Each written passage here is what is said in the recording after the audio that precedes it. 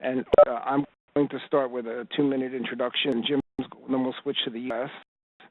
And Jim will throw it back to me. We're going to go about 15 minutes each and leave half an hour open for questions. Does that sound like a plan for you? It certainly does. And by the way, with the full screen, we can't see the course, or at least can't. Is that? You can up on top. It'll let you get out of full screen mode. So it'll kind of go back to that page. I see that. I'm okay. Got it. Thank you. But it sounds like we're ready to go. Like I said, we'll wait until about 12:02 to give people a little bit of time. And do you want video on this or not? Yeah, what do you mean by video? Well, there's a question here. Do you want me to turn my camera on, or are we just doing audio? Oh, I don't think we've ever really done video before. That's fine. That's fine. That's fine. I think the video option. If you see next to your name. Face, yeah. Sorry to interrupt you. The option is mainly just to showcase your like really doing video. But if you wanted to, you can. But it's not going to be recorded or anything like that for this. Carl and Jim, let me just call one point to your attention. What I've noticed is you don't have contact information on these slides. Let me see it. I know that. I understand that. But I'm just saying what I'm going to ask you to do is maybe at the end to get information. Sure. You do have the website. Yeah. Yeah. I'll add that out to everybody at the beginning. So thank you, Vijay. And Jim said that what we'll do is we'll wait for questions until it's all over. It looks a great presentation, by the way. I'm excited for one to hear what you have to say. Well, I hope that we won't disappoint you. We'll try our best. Just a second. You can still hear me okay, right? Yeah, great. Yeah, okay, great. So I'll do the mute probably while Carl's talking later, but I can do that. But yeah, okay. Okay. The only thing that I prefer to do actually is to use the computer for audio, and I'm where I have that option on here. Well, you know what? Can you have a speakerphone? You'll be having an option named Call Using Computer. If you click on this, you will be able to connect to the meeting using the Call Using Computer option. I'm already logged in, so I'm just wondering how I can switch on that audio, or will that just come automatically when the meeting starts? No, I'll end this meeting over the call so that we'll get disconnected from the call. Then you'll be having an option. When you go to Quick Start, there will be an option Connect to Audio, Connected to Audio or Connect to Audio. Click on More, and you'll be able to see an option named Call Using Computer. And if you are using the microphone headset, you'll be able to connect it without any issues. Yeah. But you'll have to redo the ability to.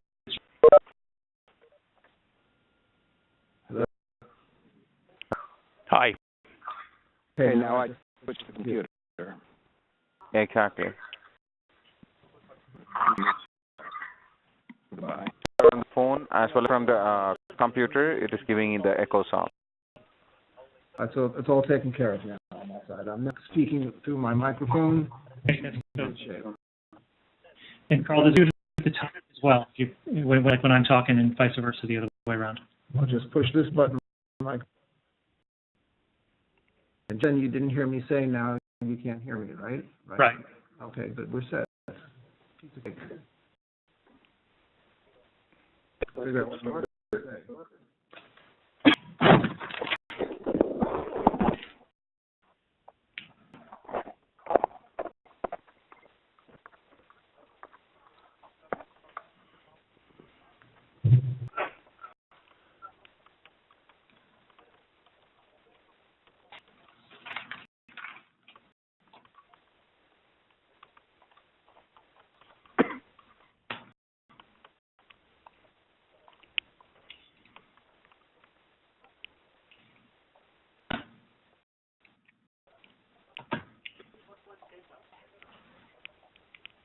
Hello, Brett.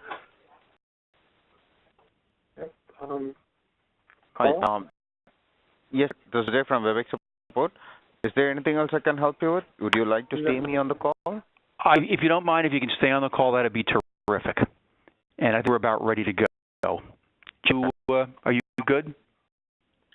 Yeah. Okay. So, what again? And begin by welcoming everyone to the September 2017 New York Alternative Investment Roundtable. And please note our name change, monthly call entitled Predictions for the U.S. and Global Economies from High-Frequency Economics. For nearly 3 decades, investors worldwide have relied on the insights and predictions of high-frequency economics. Today we are very pleased to be joined by 2 of the most renowned and respected economists in the industry, Carl Weinberg and Jim O'Sullivan with us. So we're very interested to hear what they have to say about global economics. Before we turn the mic over, I would like to acknowledge the sponsors of the roundtable, Allstird, Bloomberg, Baker, Grant Thornton, New Capital, Fertile Systems, as well as the nonprofit sponsors, Kaya, FA Institute. Obviously, without their support, none of this would be possible. What we'll do is give both Carl and Jim time to go through their remarks, their prepared remarks, and then open it up for Q&A. So without further ado, Carl, please take over. Carl Weinberg.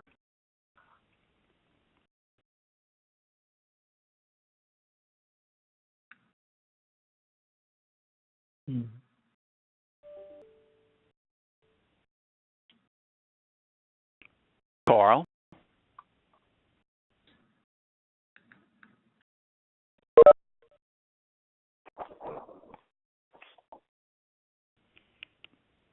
Carl there.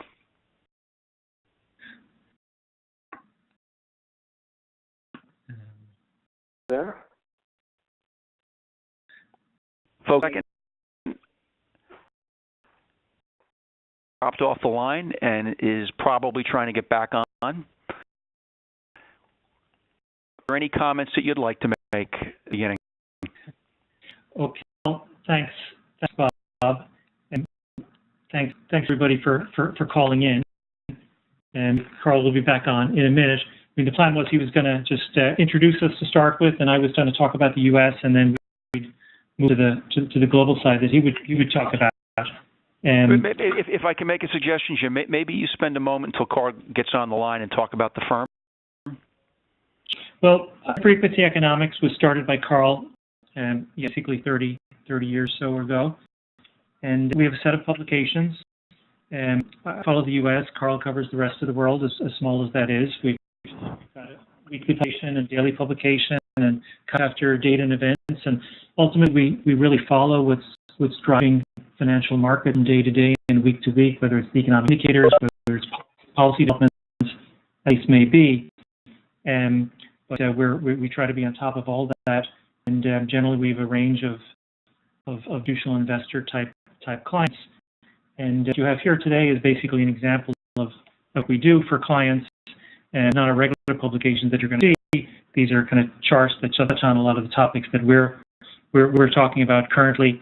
And again, the game plan here is that I probably talk for about 15 minutes going through my charts, and then we'll talk a global is for about 15 minutes, and then we're going to open up to Q as well. That's terrific.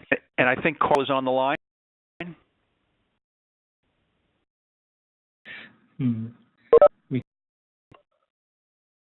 Okay. And do we have capacity to control the slides? And Carl was going to do that. So if we can move ahead to the U.S. slides, actually. Through the chart package, through like a bunch is about through slide forward. Where's this next? Okay. So let me. Okay, this is the U.S. slides, and well, I can throw out a few things here that are in the news. For sure. Harvey, Irma, Maria, Chuck, Nancy, Mitch, Paul, the debt, data, the negotiations, investigation. I mean, I could go on. There's obviously no shortage of threat and sources of uncertainty for the U.S. economy, as is true throughout what's now an eight-year plus expansion, of course, and my title expansion has carried on, and I expect that pattern to continue. And now, perhaps I'm being naive with Korea. I would say certainly of all the things I just mentioned, the tail associated with Korea is frightening. Assuming it won't come to that, however, and go through the list, I'm pretty confident that there won't be a default on the federal debt. As every time it comes up, they're not that irresponsible. And indeed, they just extended the limit for 3 months, which really means 6 months, given the extraordinary measures that can be used.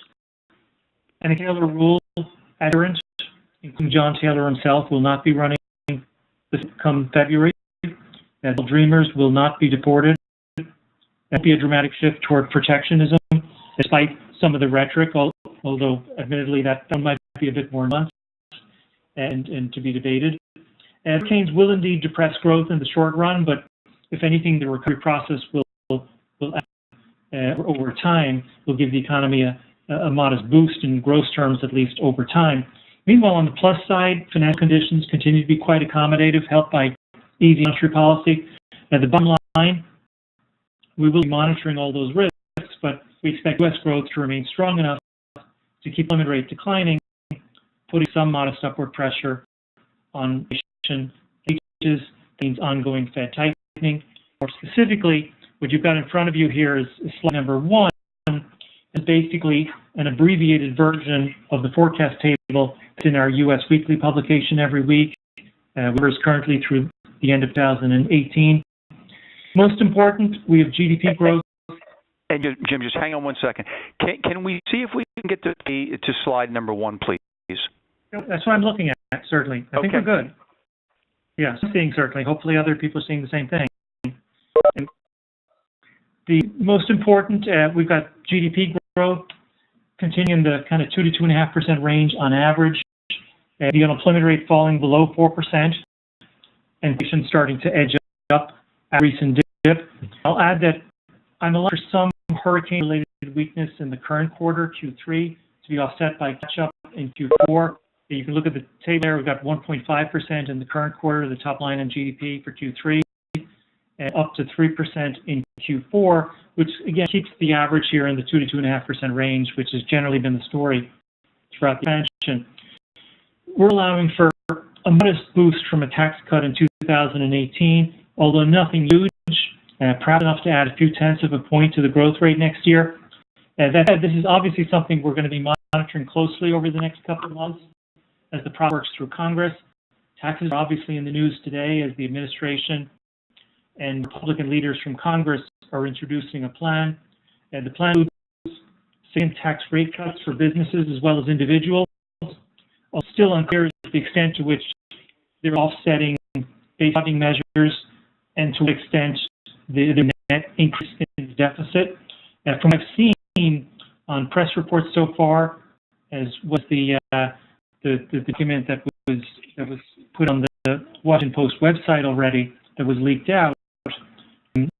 For individuals, the mortgage and charity contribution deductions are not being touched, but many others, including the state and local tax deduction, are being proposed as being eliminated. And of course, that will be quite controversial. Companies, the proposed new top rate is 20%, and there will be full expensing of business investment for 5 years. I mean, the planning releasing, at least the part that I've already seen on the Washington Post website, does not have the full details and year-by-year numbers. And that will be important for the many Republicans will want to limit the net boost to the deficit, which also, of course, limits the extent to which there'll be stimulus for the economy in the year ahead. That said, to the extent there is any stimulus here, and I think there will be some, and I do will, if some success, get something through, I only adds arguably to these for Fed tightening, we think is already pretty strong, and based on the improving the market and the outlook for wages and inflation. Now moving on to slide number 2, on the Fed, and officials have made, so if we can turn, yeah, there we go. officials have made clear that the main criteria for the balance sheet normalization, continued labor market improvement, and that criterion has been with ease, with the unemployment rate chart on 2A. More stable is the Fed follow through as expected with the start balance sheet normalization being announced last week, no surprise. More stable is whether there will be another rate hike in December. Continues to be suggested by the dot plot, and as we're still forecasting, on that, the key issue is whether core inflation shows strength in the next few months, then in a few months. And turn to slide number 3A and 3B, we expect it will. We were encouraged by the relatively strong core CPI number. You see in the chart 3A, the change is back up to close to 3% if you look at the 3-month run rate for the core CPI. But there are 3 more sets of data out before officials have to make that decision in December. So obviously those numbers are all going to be very, very important.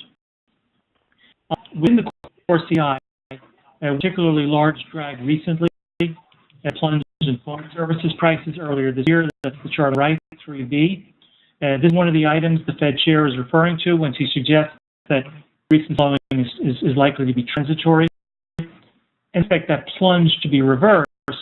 It will drop out of the 12-month change calculation come next March, and that, if it's not repeated, automatically adds 0.3 back to the core CPI number. Slides 4A, 4B, and more pressure on inflation from a decline, if we're right, should intensify as the rate keeps falling.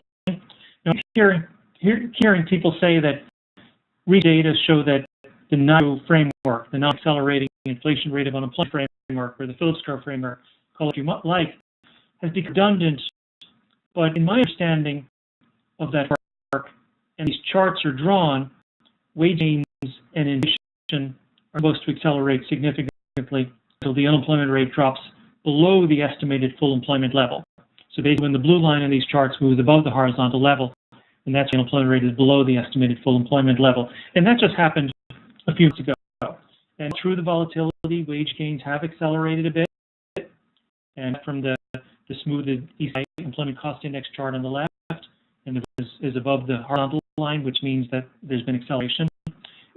On this, patient, as Fed Chair Greenspan used to say regularly, the laws of supply and demand have not been repealed. Slides 5A and B. And there's certainly a lot of evidence that the labor market has gotten pretty tight. I mean, I think these two measures from the conference report on the left and the NFP on the right show even more tightening of the market than the unemployment rate.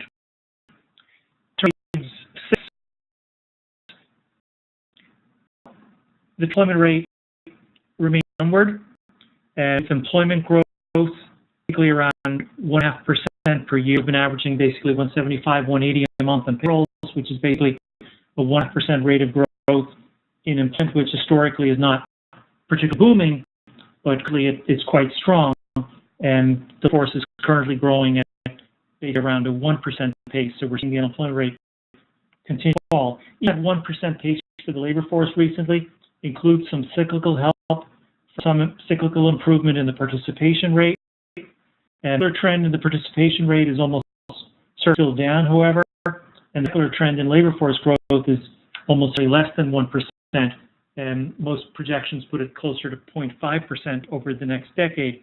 And we can get better than that maybe in the short run recently, but even that help, you're talking no more than 1% on labor force growth at a time when employment growth is showing no sign of slowing on a trend basis from 1.5%. So again, it's a recipe for the unemployment rate to fall unless we suddenly see a slowdown in employment growth.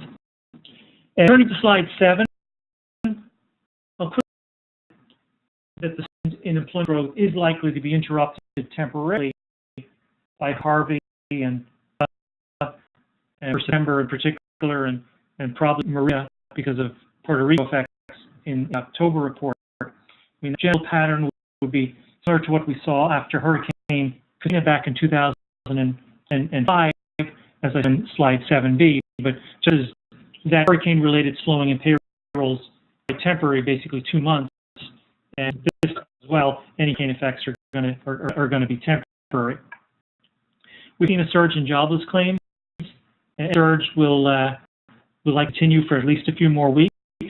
And as with Katrina, though, those effects should be temporary.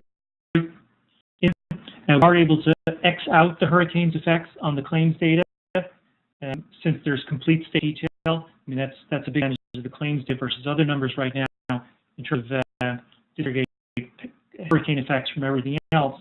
And as ex-hurricane filings are not shooting up, and they're so far, I show it here, but certainly in my latest weekly, I show the data that is related to the hurricane effects.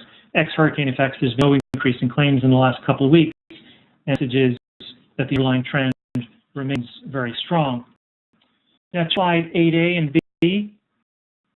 As mentioned, I've some weeks in GDP in the third quarter, for hurricane effects, and then expecting catch-up in the fourth. But I don't expect the hurricane to affect under trend significantly, just as they did with Katrina.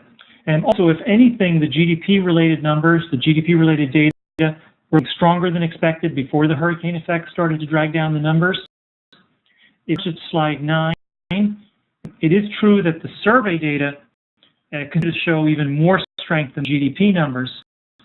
And so, as I touched on, even data that feed directly into GDP were showing a bit more strength than expected before the hurricanes. And if you slide 10, the sectoral level, exports and capital spending in particular is showing some strengthening recently, a bit less than the surveys. And I'll just add this chart on the right for CapEx was July, and then this morning in the durable goods report, the August number showed another solid 1% or so month-over-month gain in core CapEx order. So that certainly continued into the August data that were reported this morning. And to slide 11, spending, I would say, is not showing any clear pickup exports and business investment recently, and certainly not as strong as the confidence numbers, as I show on the slide 1A. Okay, through the volatility, house generally been moving up as well, albeit modestly. Although anything, I would say that's probably the one sector that may be showing some signs of slippage recently. I saw a weaker pet sales number this morning as well. Now, part of that could be hurricane effects, and also that I think in general the new home numbers have been holding up better than existing homes. Realtors complaining about a shortage of inventories, but even the new home numbers, I'd say, maybe have been a little softer than expected for a couple of months. But overall, when you put it all together with business investment and exports, consumer spending, and all growth numbers have actually looked pretty solid. Turn to slide 12A and 12B, and I'm almost done here. And those charts actually look kind of funny the way they came out here. They shouldn't normally look like that, but going to 12B. Anyway, ignore the splattered lines on the left. Others looks fine. And we've been reluctant to extrapolate from the survey data and from literally because they've been so strong on the basis people appear to have become more partisan in how to answer survey questions. And these slides show the gap between respondents identifying themselves as Republicans or Democrats has risen pretty significantly since the election. And that said, there's certainly nothing in the survey data to suggest that growth is suddenly weakening. There, of course, is to what extent are expectations for significant tax reform and tax cuts built into these survey numbers, such that confidence on as well as Main Street that could say if in the end nothing gets done.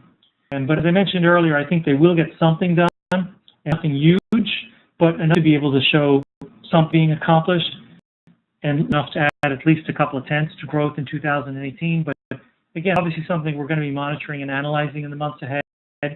And though, finishing where I began, even new fiscal stimulus, monetary policy and fiscal conditions appear to be more supportive enough to keep the unemployment rate moving down, upward pressure on wages and inflation over time, and then the Fed keeps tightening. I'm going to stop there and hand it over to Carl.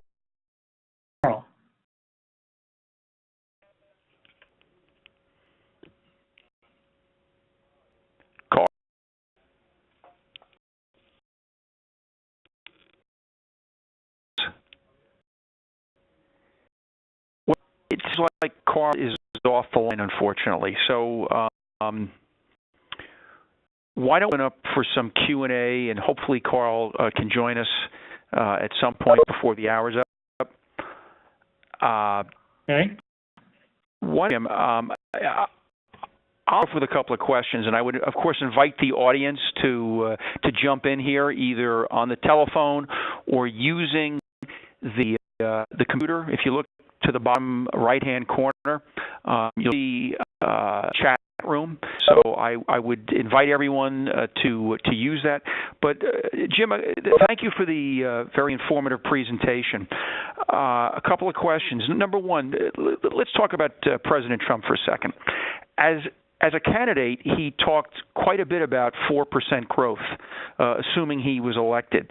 Well, he's been elected, and I think we've noticed that the numbers coming out of the White House are a little bit different. He seems to be talking more along the lines of 3% growth. 80% growth plausible in the U.S. today, given the facts and circumstances.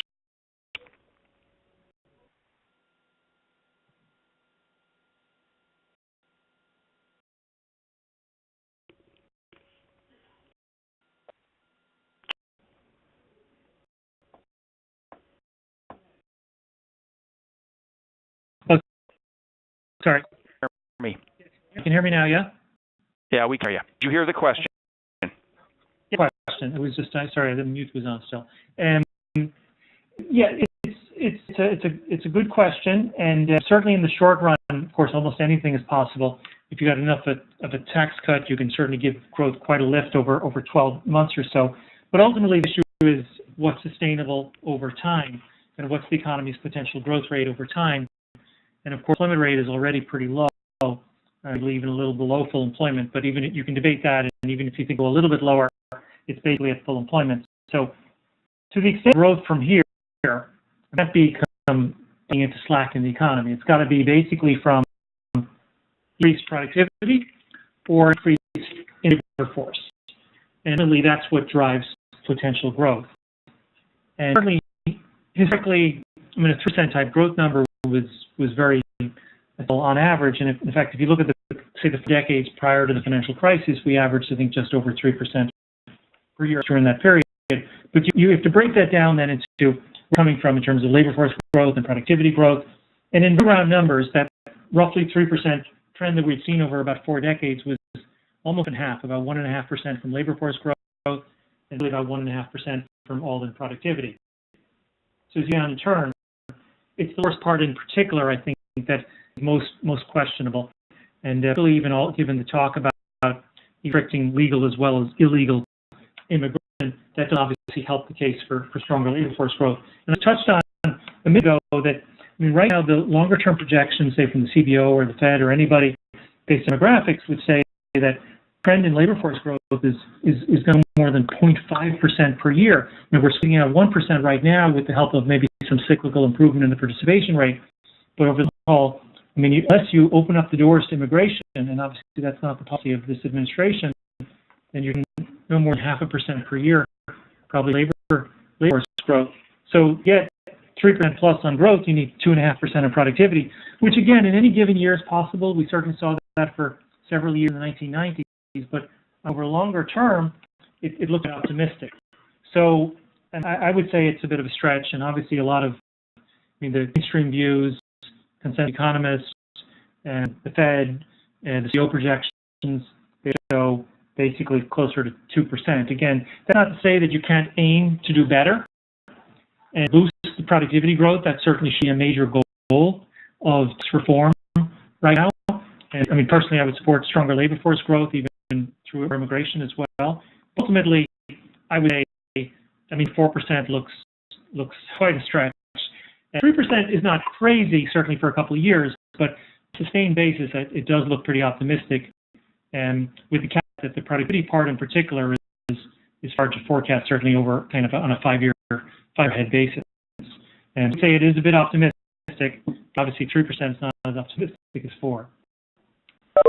Thank you, Jim. A question from the audience is as follows. Given the chart that you had up a moment ago about the history of different recoveries, When do you expect to see the next recession? Getting a little long in the tooth in this recovery. Okay, cut myself off before, in the interest of time, before I even talked about that one. But you can go back. Can you push back the slides? It was the very last slide of the U.S. So it's toward the end of the package. Whoever's controlling the package, in terms of seeing that. But the bottom line is, yes, this is already a long expansion, and it's over 8 years old already. In fact, it's the third longest on record. They've kind of retroactively goes back to the 1850s, and it's the third longest out of all those expansions. So it is quite long, for sure. There's the expansion which Yellen has used as well, that old expansions don't die of old age. I mean, in general, as we look back in recent decades, certainly, everything we've seen an end of the expansion, it's come after a Fed tightening cycle. So my own view is that ultimately that's probably how this one's going to end as well. Now, the Fed is typically tightening in response to an overhang threat, maybe urged somewhat by financial conditions being overly accommodative as well. The stock market bubble in the 1990s and the bubble in the 2000s, while they weren't saying they were bubbles, they were clearly willing to lean against them a little to some extent. And every Fed tightening cycle, of course, culminates in a recession. They have successfully pulled off a soft landing in 1994 when the Fed tightened 300 basis points over 12 months, and it basically slowed the economy pretty significantly by the end of '94, and they were back off on things, and for a while, and that extended the cycle all the way out to 2000 until the stock market bubble burst, and of course that came after renewed Fed tightening again. So I think the most likely scenario is ultimately we get a sustained tightening cycle, and I think they're just starting now. They've done 100 basis points basically, and ultimately that's in response to, of course, heating threats as the unemployment rate keeps falling and the inflation numbers are drifting up. But as of now, of course, this accommodative Fed policy is still very easy. And the chart I had, again, it hasn't been pulled up yet, but the chart I have of the yield curve is relatively flat, and it's flattened a bit recently. It's not inverted. And there's no better leading indicator of recessions in recent decades than an inverted yield curve. I show the 2s, 10s, and it's clearly not inverted right now.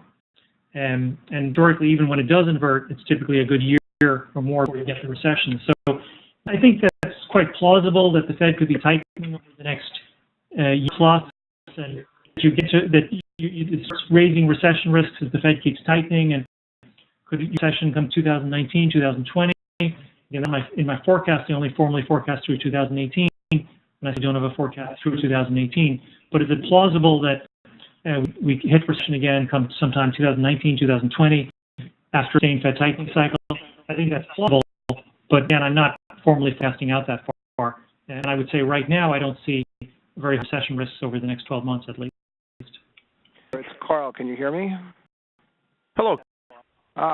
Fine. Sorry about all this technology kerfluffle here. And Jim, okay with me moving forward with my part of the presentation? Yeah, go ahead. Okay, so I'm really sorry, first of all, for all this technical stuff here, but we finally got it working, and that's really what matters. Jim was supposed to tell you that we're high-frequency economics, and you've probably heard of us before. And if you're interested in what we're saying today, our website is on the bottom of each slide that's in front of you. We can also email you a PDF. But you can contact us by way of the website, and we'd be more than glad to tell you a little bit about our company. We write every day about what we're talking about in this presentation, and we've been doing it for about 30 years, give or take a couple of months, and we hope to stick around for a little bit longer. I'm the international guy, Jim's the U.S. guy, and so I decided in this presentation today to kind of pick my head above the numbers and to kind of look a little bit to the horizon at what's happening between Europe and China. And there are immediate actionable things that can come out of what I see as a massive realignment of Europe toward China, rotation, if you will, and also at the same time an orientation of China toward something that I can only describe as global economic and financial domination. And I believe the Chinese have a strategy to get there, and that strategy is going to take them through a four-pronged approach that's going to get them doing a little bit better in the world, get the world economy doing a little bit better at the same time, the old locomotive idea of a strong economy pulling everybody forward and raising the level of world trade. World trade is really the problem. If we think back about what's happened to China over the last couple of decades, with the accession to the WTO in 2002, China saw a huge growth of its exports, double digits, 20, 30, 40% per year, as they penetrated the manufacturing markets around the world. And made in China, manufactured in China stuff is now everywhere. And they kind of like the economic growth that they got out of it. At one point, they were up to 14% year-over-year GDP growth. Now they're down to a more trend-like 7, 8% GDP growth, which is mostly a demographic dividend. Still pretty good, but not exactly what they would like to see in terms of their medium-term growth rate. Their medium-term potential is more around 10%. How do you get that back? How do you get those exports back? Well, you can create new trade within the world economy, kind of take a big slice of the pie, or you can make the grow bigger. And China has initiatives in both of those fronts, which have implications for the world economy. At the same time, it seems like I'm switching gears, but I'm not. Europe has its challenges also. Let me just start there. Okay, Europe wants to grow a little bit faster too. And Europe is looking at what's really an economic depression at the moment. We are now almost a decade after the start of the global financial crisis. Unemployment is still 35% higher than where it was at the time that it began. Industrial production hasn't gotten back to where it was. Exports are kind of not so really strong. And what they want to do is they want to recover from this depression. So they're wounded by President Trump's trip a few months ago. They're looking at the U.S. as an unreliable partner. They're looking for a stronger partner in global economic growth. They want to get the euro used a little bit more in world trade and move depends on the U.S. dollar, and they want to boost the euro as the reserve currency. The Chinese on their side are looking at problems of creating trade, which they're intending to do through their Silk routes, divert trade by the Made in China 2025 program, controlling the South China Sea routes, and getting yuan used more in world trade. And we're going to talk about each of those elements because every single one of them has an implication for the outlook for Europe. Let's talk about the Silk routes. This is kind of a bad picture of what the Silk routes look like, but it kind of shows that there are 6 of them over land and 2 of them over sea at least. There are actually many Silk routes, but the whole idea is to connect China with Europe by rail lines, road lines, airlines, pipelines, 2 maritime routes at the same time, and to build along the way all the infrastructure that's needed to do trade. This is probably a better graphic of the same sorts of things. Of the 6 routes, the best one is really not in use. There are problems with building these routes. This one, for instance, the preferred route goes through Iran, Iraq, and Turkey in order to get to Europe. But what you do when you look at this is you want to look at this and just think of it as one big railroad line or one big maritime route that goes from southeastern China down to Indonesia, across the Indian Ocean, over to Nairobi, up through the Middle East, through the Mediterranean, and ends up in Piraeus. And think of it as not just a trade initiative by China to send more stuff to Europe, and they will, by the way. You know, it reduces the travel time to about 15 to 20 days by rail as opposed to 2 or 3 months by container, right? But it also is a trade zone. Think of every point along the map that you saw as being one contiguous trade area in which China is negotiating free trade deals to move goods without duty or inspection across them, to export goods to all the countries along the way. These roads link 60% of the world's population, that would be 4.5 billion people, all right, who jointly produce 40% of world's GDP. And the thing about this, and the reason this links to Europe's outlook, is that the containers, as they move along the route, they don't have to go all the way to Europe. First of all, they can stop along the way, and thus they open up trade to new places like the Kazakhstan and Uzbekistan and Turkmenistan and all the places along the way, right, and in Africa as well. But when the containers get to Europe, they don't have to go back empty. And that's the big thing for European exporters. It gives them a tenfold increase in the number of consumers they can reach by rail, by boat, by all these different means of transportation. All right, so they're an exporter in Europe who can sell anything to the middle income and lower income emerging economies along the Silk Route. Your market has grown from 340 million potential customers to 4.4 billion potential customers, and that's a potential business opportunity. It suggests that one for people to invest in the emerging growth of this part of the world is to invest not in that part of the world taking on all the risks of emerging market investment, but to find and identify companies in the advanced economies of Europe who can rotate their trade and their business in this part of the world. Anybody with anything to sell in Europe, from whiskey to high-tech German technology to Volvos to anything, all right, now has a much bigger market. It is a fundamental shift in world trade. It is a trade-creating initiative. And we're starting to see this in the numbers. We've seen in the first 5 months of this year, we've seen 1,000 trains go from China to Europe and back. That's, again, more than the year before. And at the current pace, there'll be between 2,000 and 3,000 trains running central China and eastern China, as far to the west as Madrid, which is a regular route, and to London, which is a route that just opened up in the spring, in April and May.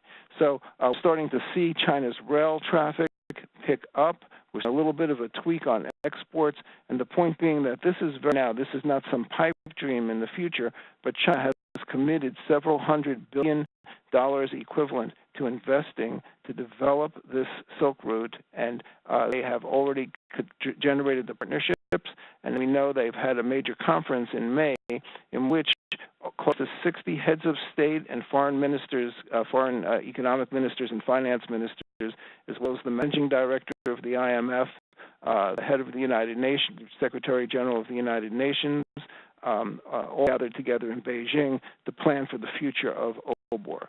So to the extent that the Silk Routes trade, this is good, because world trade has been flat for the last 3 years, and where I come from, world trade is the canyon of economic growth for the world as a whole. That we benefit from long-term trade. I'm a believer in globalization, and I'm a believer that trade gives us goods more efficiently than we otherwise would be able to get them, and that leaves our resources free to buy more stuff. So all of this is being good and necessary for the world economy to grow. So this creates new trade, not just for China, but for Europe. And for Europe, which is stuck in a liquidity trap where monetary policy is no longer working, this is the kind of kick in the tushy that it needs to get moving forward in the absence of fiscal stimulus. So for Europe, this is a solution to their problem of needing an external kick to get out of the liquidity trap that they're in and not having to do it with fiscal stimulus. Initiative from China that isn't getting nearly as much attention is Premier Li's Made in China 2025 initiative. And this is, again, a multi-pronged approach, but the idea goes something like this. Right now, when you buy something that's made in China, on average, all right, about 30% of the content of that is made in China. So when you get an iPhone, actually a little bit more than 70% of it are big kits that are shipped from abroad into China and assembled there and then shipped back out. And China mostly realizes the value added of labor on this, and that's good business. But Premier Li wants to raise that domestic content from 30%, all right, to 50% by 2025. I'm sorry, 50% by 2020, and to 70% by 2025. And this is a huge investment in China's industrial complex, right, to upgrade the level of manufacturing that they are at in order to be able to produce, say, the chips and the screens and the glass that goes into the iPhone, rather than buying it from manufacturers abroad. Now, the plan also includes, in order to get there, domination in 10 key industries. And all of those industries are industries where you would want to be. So by 2025, this is their graphic, not mine. Right? These are the sectors that China hopes to have a dominant position in global trade in each of them. They range from rail and plane transportation, maritime transportation, technology, energy, agricultural equipment, robotics, everything that you can think of is the objective to get into. The implications here are largest for countries mostly within Asia, but to some extent the United States, that produce stuff that's going to be assembled into stuff in Japan for Japanese products. So say if you're a maker of chips in California, China wants to make those chips in China. And as a bet for more than the next few years, that company might be a company at risk. So we have to be wary and look for short positions in companies that are going to be squeezed out of business or have to redo their entire business models in order to accommodate China 2025. This is, as I said, real. It's been very quiet. You can Google it and you can learn more about it online. But our message to investors is that there are risks to the exports of countries like Korea, Singapore, the United States, Mexico, all right, places that assemble, that create the component parts for stuff that's made in China. So for investors, all right, it seems that the issues are, number one, to invest in China by looking at Europe and other places that are along the Silk Route that can make things that can be sold to this now large trade custom union. And number two, supply chain awareness, to be wary of companies and investment opportunities whose sales depend on investing and exporting components to China. Now, there's more to China's strategy, and the biggest one is so recent on my radar scope that I don't even have a slide for it.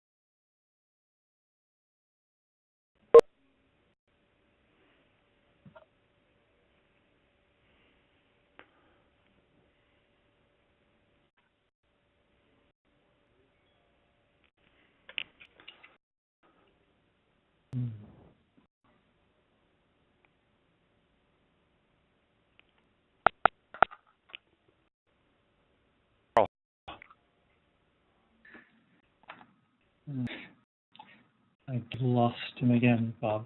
Sorry about that. Huh. Well, it was very interesting. This is our tease to get you to sign up to our website. Absolutely. So we have 12:45. Let's give him a second to see if he can get back onto the call.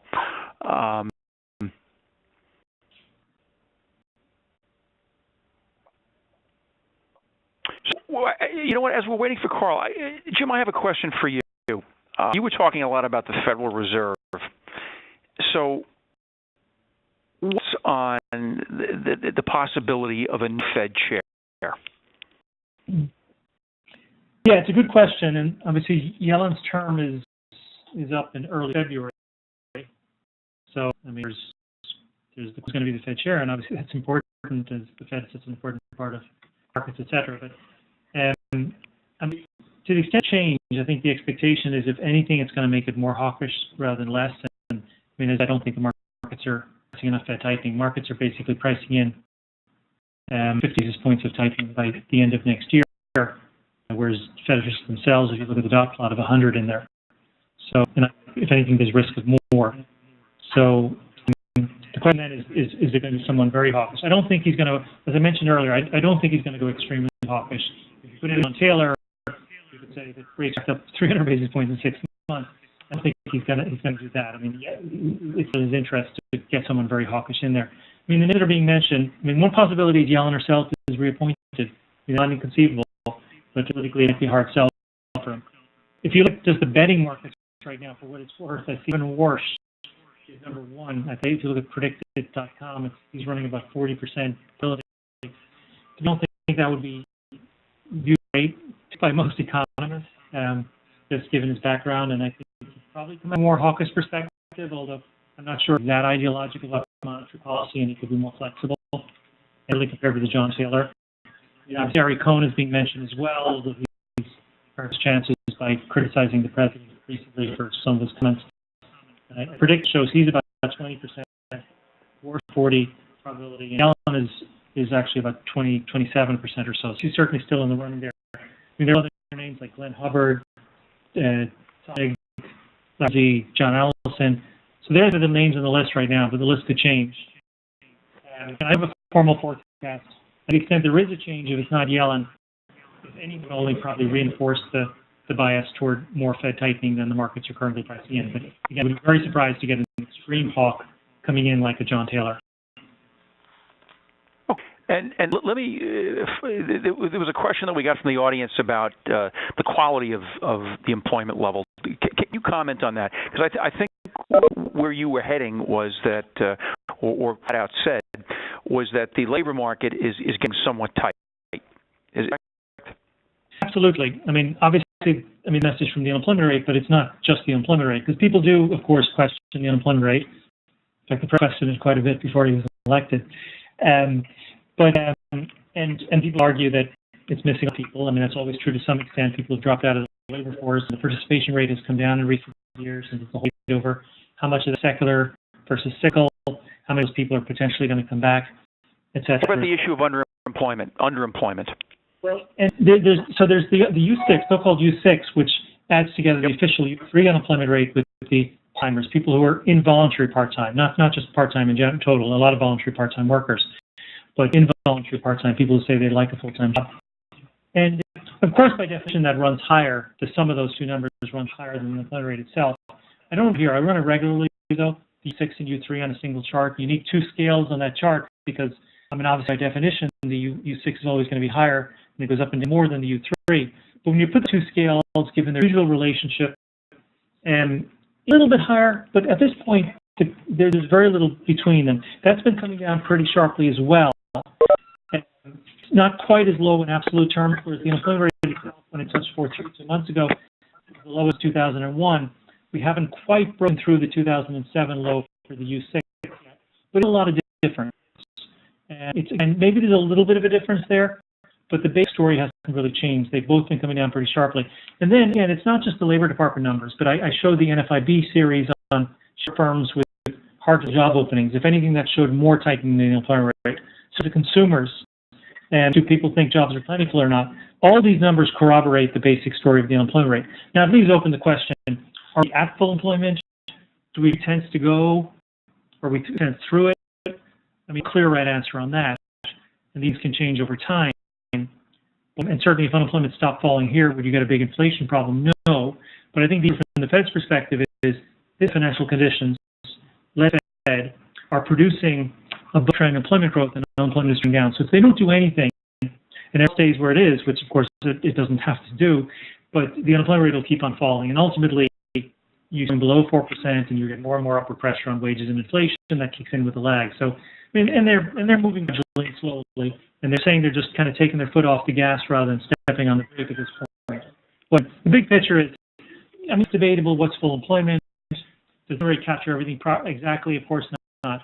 But the basic story that the labor market has improved dramatically is clearly the right one. And Carl, have you rejoined us? I'm back. You tell me. Can you hear me?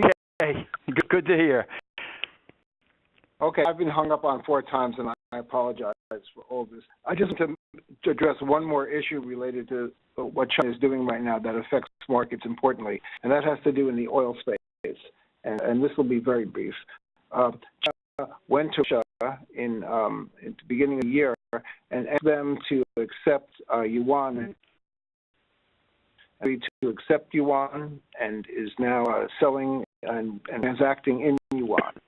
At the same, a few months later, I guess it was in June, China went to the Saudi Arabia and asked for the same thing. The Saudis have been bound by an agreement since the end of the war with the United States to price oil only in dollars, in exchange for which the Saudis get the preferential treatment of defense and other diplomatic matters.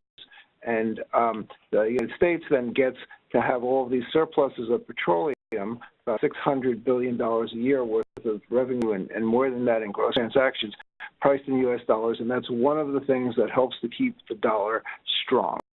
Right. The problem that Saudi Arabia faces now is whether or not it should continue that relationship with the U.S. or whether it should pivot its relationship toward China. And we still don't know the outcome of that. From Saudi Arabia's point of view, Saudi Arabia is the world's largest exporter of oil. This past year, China became the world's biggest importer of oil, supplanting the United States in that position as the U.S. turns more toward domestic supply, number one. And number two, China is producing 30 million cars per year. Let me say that again. China is producing 30 million new cars per year. That's more than the U.S., more than Japan, more than Germany added together. And each car is a new car, a new source of demand for oil. It's not a replacement vehicle. So longer term, Saudi Arabia's interests are very much aligned with dealing with its current biggest customer, who over time will become only a bigger customer. Now, if the Saudis, the world's largest exporter of oil, and Russians, the world's second largest exporter of oil, are now transacting with the largest consumer of oil in yuan, well, that puts a whole different complexion on the global currency markets. It reduces the demand for dollars over time. It suggests the dollar's role as a world reserve currency and a transactions currency will be reduced. It suggests that other oil exporters anxious for China's business will follow China's leader. And the shift of the oil market out of dollars into yuan is a big deal in multiple dimensions for everything in the United States, from the value of the dollar to the financing of the deficit. So we'll hear how the Saudis react to this. With immediate sweetener, the Saudis plan to float 5% of Aramco on world markets. It turns out the Chinese are more than capable of buying up the whole thing, or at least buying a big position in that 5%, and willingness to do so may be linked by the governments to the willingness of the Saudis to price their oil in yuan, as well as or in addition to U.S. dollars. So I don't know how this is going to work out, but a very, very live issue and one that you want to keep a very, very careful eye on. To facilitate trade in yuan during a time when yuan liquidity on the world market is not quite strong enough to support it, the Chinese are creating a gold-linked oil contract that will enable oil producers to take out a futures price oil priced in yuan backed by gold, so that the ultimate trade for the exporter is oil for gold, if that's what they want to do, or oil for yuan. Let me also say that the United States benefits from all these petrodollars being out there, because as they come back to the United States, it's for exports of the United States. If these revenues and surpluses were created in yuan, that would be an incentive for countries to trade with China for all kinds of big-ticket items, from capital goods to consumer goods to defense goods across the board. So this is the three of the prongs that China is executing right now, with implications for the rest of the world. The Silk Road, which has big implications for Europe and for the world economy by creating new trade opportunities. The In China initiative, which has big implications for the world in terms of diverting production from abroad into China. And then this oil thing, which at the end of the day moves the yuan into a leadership position in world currency, among the world currencies, to a reserve role, and I think cements China as a global leader. So I'm going to stop there and throw the whole meeting open to questions. And again, I apologize. I don't know what's going on. But, okay, Carl. Thank you so much, and sorry for your technical difficulties here.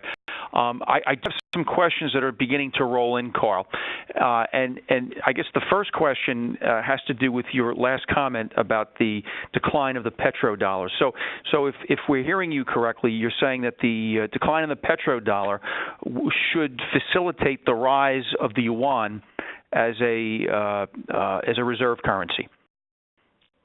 Correct. I think that is the way it's going to go. I mean, the driving force now is not politics or preference for one currency rather than another, but the primary economic drive of finance and trade in a critical commodity, sure, oil, with the largest customer. So to happen. Thank you. And here's another question that we just got in, and it gets back to your earlier or your opening comments regarding Europe. Understand that France's President Macron recently said that Europe needs to basically look in the mirror and be able to face up China. And I think probably a lot having to do with what you just said about the potential for Eurasian integration on an economic level. So the follow-up point is, will there be more Europe or less Europe in the coming years? And what are the economic implications of all this? Yeah, I think that within Europe there's going to be division on this point of view. I think Germans are very open to rotating relationships and trade relationships over to China and to build stronger bridges. I think the French will be a little bit more resistant to it. They're more likely to view the Chinese as competitors on the domestic front than as facilitators in opening up global trade opportunities for French companies. So we'll wait for Mrs. Merkel to get installed, and I think she's going to come out with a very pro-European position as President Macron. I think we'll see a lot more Europe arise from this as kind of a kickback, backlash from this anti-Europe grassroots movement that we've been seeing. That I think is for sure. But the position vis-a-vis China, I think, is yet to be defined, and there are both pros and cons for them in engaging on a bigger basis with China. What is on their basis, though, is that if they can establish a financial center on the continent for trading within Europe in euros, notice I didn't say London, all right, what then creates one pole or one axis of finance based in Europe for trade along this route, the other pole being Shanghai, and that then tells you where the next two big financial centers of the world are going to be grown, and that changes your view, I think, on the UK and on London as well. Okay, and here's another question.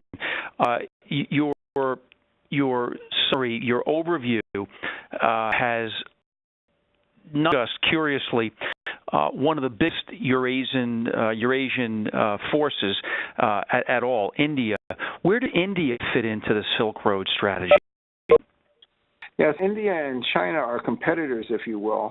On this World Trade Forum, there are significant direct political issues of the route, especially created by the relationship of Pakistan on board. And India would rather be the pole of world trade rather than China. I think India is behind the game, and while they were represented at the OBOR conference, I think they still have to fully integrate themselves into the mission of the One Belt, One Road, or the Silk Road initiatives. So I think India's star is yet to rise in all of this, but ultimately I think that the Chinese will end up being the leader in all of this, and India will end up being a much more passive follower of this initiative. You mentioned indirectly Brexit a moment ago. What are the biggest risks to Britain and the EU with respect to Brexit, especially in view of Silk Road? Take a look, start thinking about Brexit by looking at this day's report on the current account for Britain, where we're going to see a number somewhere, by my estimate, around 18 billion after a 16 billion deficit in the previous quarter. These are quarterly numbers. So running at about 3.5% of GDP, which admittedly is down from the 6 and 7% numbers that we were seeing a year ago. But this gap has no place but wider to go, I believe, as Brexit emerges. It strikes me as improbable that Europe will go to the UK even equal terms of trade on goods compared to what they have right now, meaning that the trade deficit, which is already horrific, running over £10 billion a month on average, will just get wider. And on the services side, I do not believe that Britain will receive a financial passport to continue the business of the city from the UK. And that is an enormous hit to services trade from the UK. So it's kind of a bad dream that keeps on getting worse. I think the city is probably the biggest casualty of Brexit. I think that's the biggest risk that we face. And at the moment, we have no motion whatsoever toward agreement to make that different. In other words, to make the forecast of losing the city and worse terms of trade true. So that's my baseline position. That's my starting point. And somebody tells me otherwise until they succeed in negotiating something better, then I'm going to continue to believe that that Britain is going to lead on hard terms rather than soft terms and disagreeable terms from the point of view of trade. Now, that could change if negotiations advance, but the Europeans have been very insistent that membership has its privileges and that the privileges of membership can't be extended to places that don't embrace the costs and the principles of the European Union. And since the free trade agreement, access to the free trade area, and the financial passport is theirs to give rather than Britain's to demand, I'm listening more to the European side of this, which is intransigent. So I don't think it's going to go well for England. And I think that, as I said, the city is going to be the biggest casualty. Financial service trade is going to be different 3-4 years from now than it is right now. Oh, we have one final question, and then I think we're going to have to call it off. Someone in the audience wants to know, Sub-Saharan Africa is one of the fastest growing regions on the planet. It also is a very dynamic spot from a demographic standpoint. How does Sub-Saharan Africa fit into the Silk Road strategy? For that question, I'm just clicking in right now. You can see that the maritime route specifically goes to Nairobi before heading to the north. So Nairobi, you can link into the rail networks across Africa.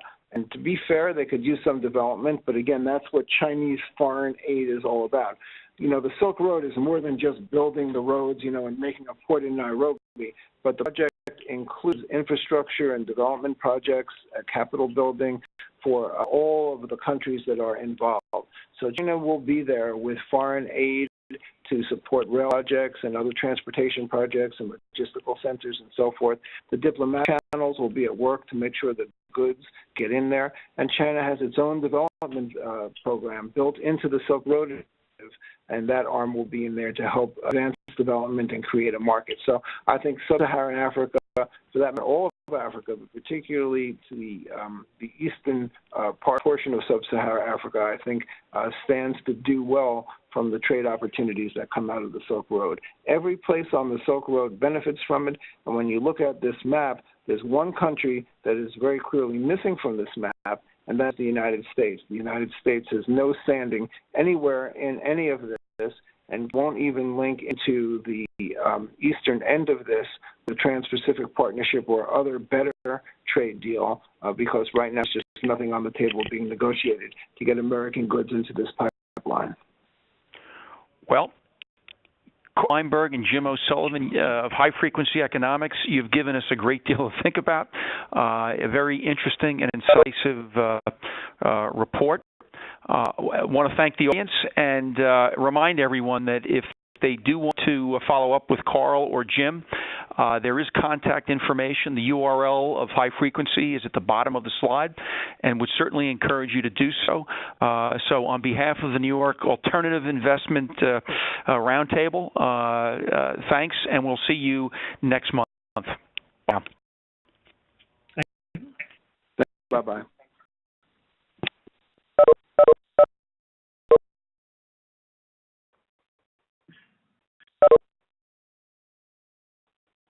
Good.